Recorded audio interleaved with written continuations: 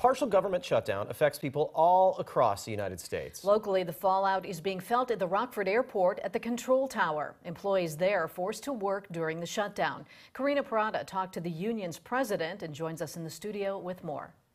Eric Mimi, he tells me tomorrow employees will see their first payday without a full paycheck, adding the financial burden for those workers is becoming very real. These men and women are coming to work. They're going to miss a payday. Nearly 3 weeks into the government shutdown, workers prepared to go without a payday. Illinois Senator Dick Durbin was on the floor Thursday morning when Senator Mitch McConnell blocked a vote on Democratic spending bills.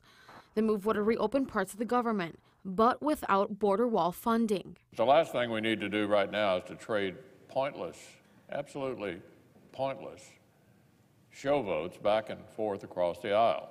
The political stunts are not going to get us anywhere. This is totally unnecessary. There are 8,000 federal workers in Illinois who are currently furloughed. Some of them, incidentally, have to show up for work without pay. One of those workers is Robert Wentz.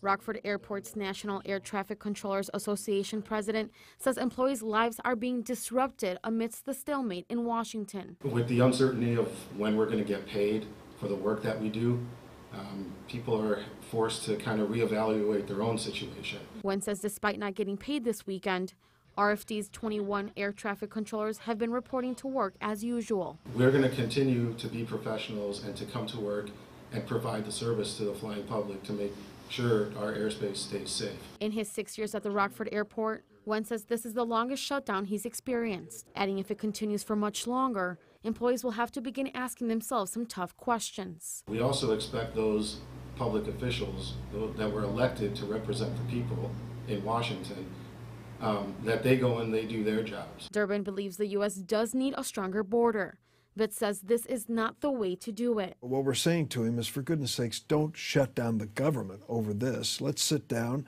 and negotiate it like grown-ups and accept our political responsibility.